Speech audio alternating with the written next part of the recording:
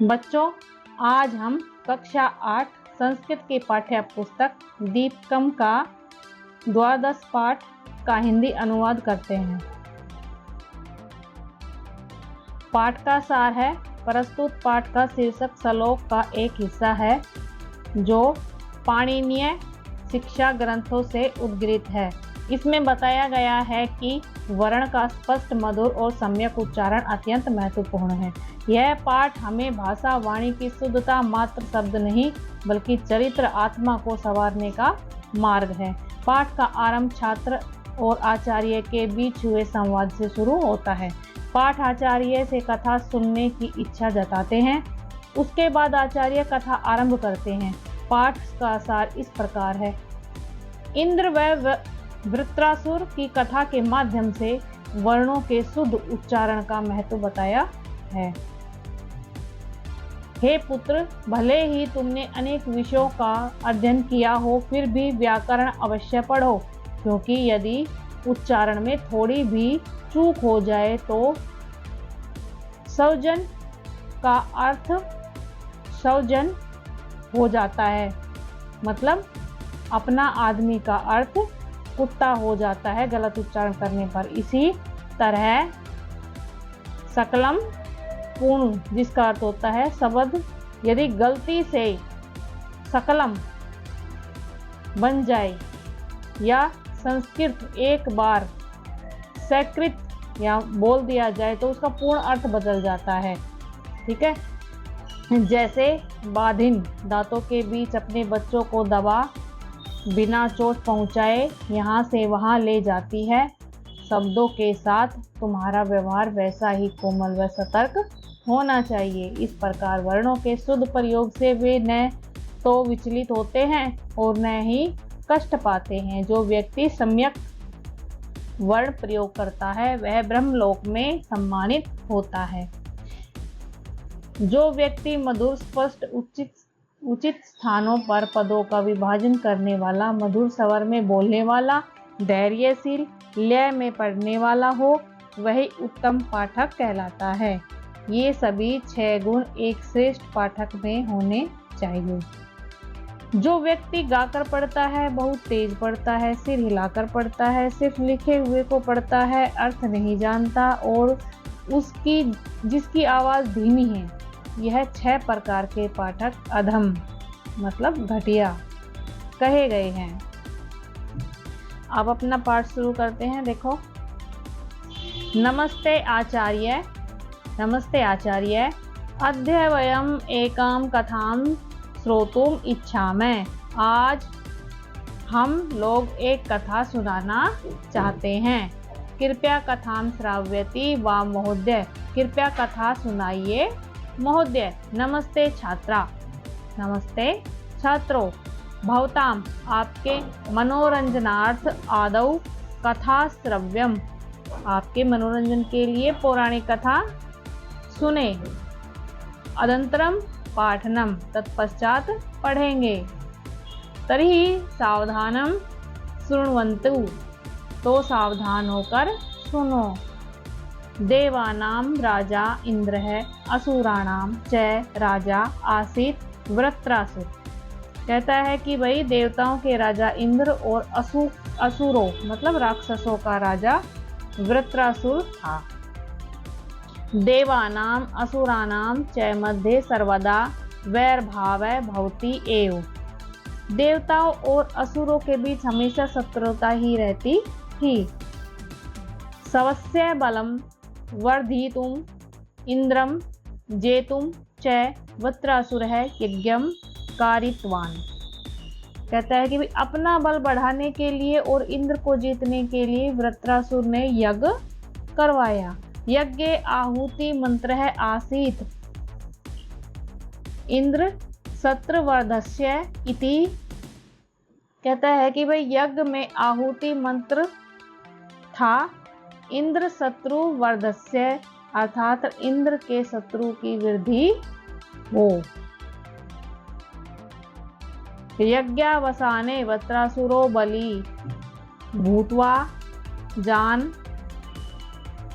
पीडिष्यति इति विचार्य ऋत्विज मंत्रे स्वरम परिवर्तत्वन्तः। कहता है कि यज्ञ की समाप्ति पर वृत्रासुर बलवान होकर लोगों को पीड़ित करेगा।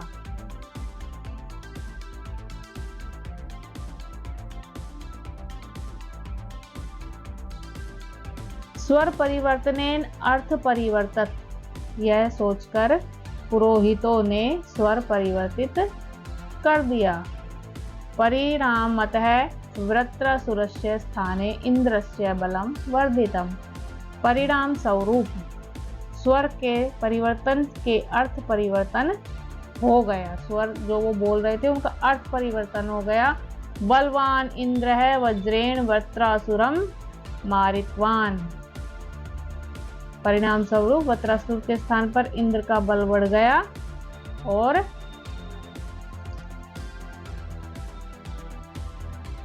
बहु सुंदरी कथा महोदय। और वह क्या होता है कि शक्तिशाली इंद्र ने वज्र से वृत्रासुर को मार दिया।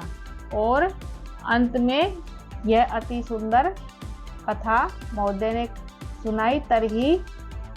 तरही वयम अपि पठन काले भाषण काले च स्पष्टम शुद्धम च उच्चारणम कुर्मः। तो हमें भी पढ़ने के समय और भाषण के समय स्पष्ट और शुद्ध उच्चारण करना चाहिए। त्वम यथार्थ भाषा से हिमानी। तुम ठीक बोल रही हो हिमानी। शुद्धोच्चारणस्य संदर्भेव अधुना एतम विषयम पठामः। शुद्ध उच्चारण के संदर्भ में ही अभी यह पाठ पढ़ते हैं। तो इसमें श्लोक दिए गए हैं, देखो, जैसे कि यद्यपि बहु नाधीशे तथापि पठ पुत्र व्याकरणम। यद्यपि भले ही बहु बहुत अधिक, ठीक है। सौ जनों माँ भूत सकलम सकलम सकृत्य सकृत्य। देखो सकृत्य होता है एक बार, ठीक है। और दूसरा सकृत का अलग मीनिंग में है, उसका मतलब हुआ मल। सौजन अपने जन। पदच्छेद हो गया। यद्यपि बहु न अधिशे तथापि पठ पुत्र व्याकरणम सौजन सौजन। दोनों सौजन अलग अलग वर्ड हैं। माँ अभूत सकलम शकलम, ये दोनों भी अलग वर्ड हैं। सकृत और सकृत ये भी अलग है, इनका मीनिंग भी अलग होगा। तो सलाह देखो, हे पुत्र, भले ही तुमने अनेक विषयों का अध्ययन न किया हो, फिर भी व्याकरण अवश्य पढ़ो, क्योंकि यदि उच्चारण में थोड़ी भी चूक हो जाए तो सौजन मतलब बंधु का अर्थ सौजन कुत्ता हो जाता है। सकलम का अर्थ होता है पूर्ण। शब्द यदि गलती से सकलम हो जाता है जिसका अर्थ होता है खंडित, तो खंडित बन जाता है। ऐसे ही सकृत एक बार और सकृत मल बोल दिया जाता है, दोनों का मीनिंग अलग है, तो पूर्ण अर्थ बदल जाता है। नेक्स्ट देखो,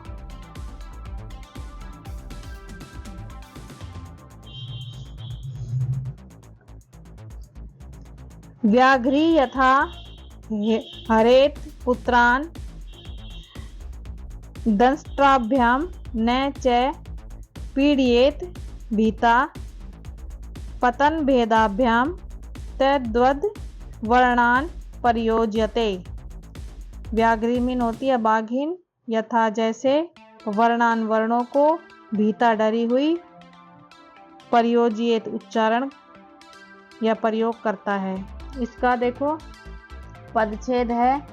व्याघ्री यथा हरेत पुत्रान दंष्ट्राभ्याम न च पीड़येत भीता पतन भेदाभ्याम तद्वद वर्णान परियोज्येत।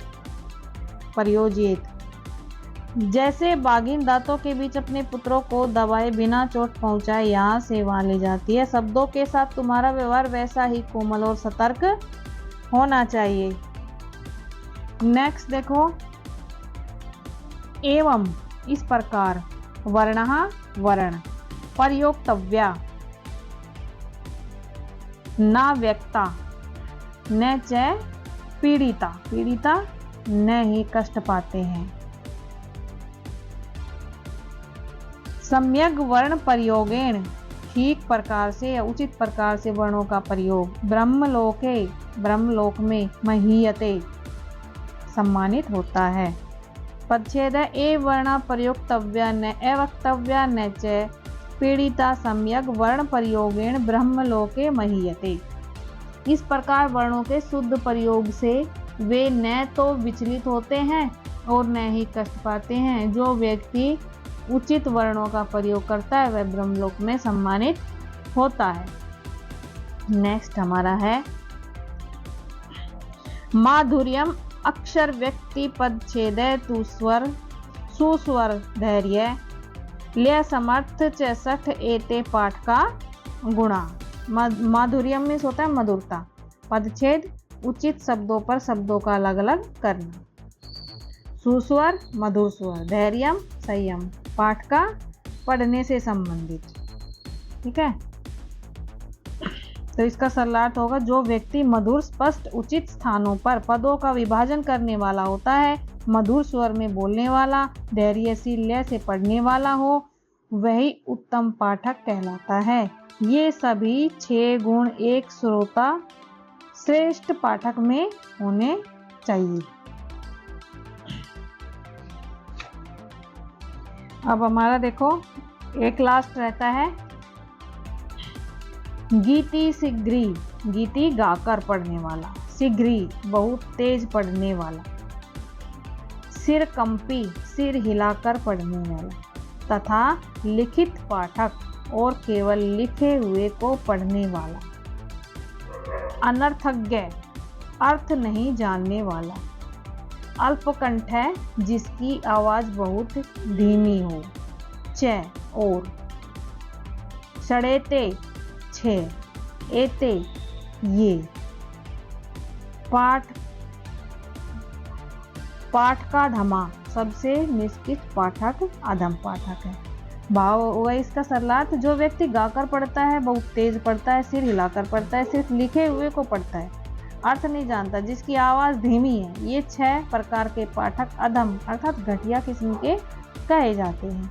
तो यहीं पे हमारा यह पाठ समाप्त होता है।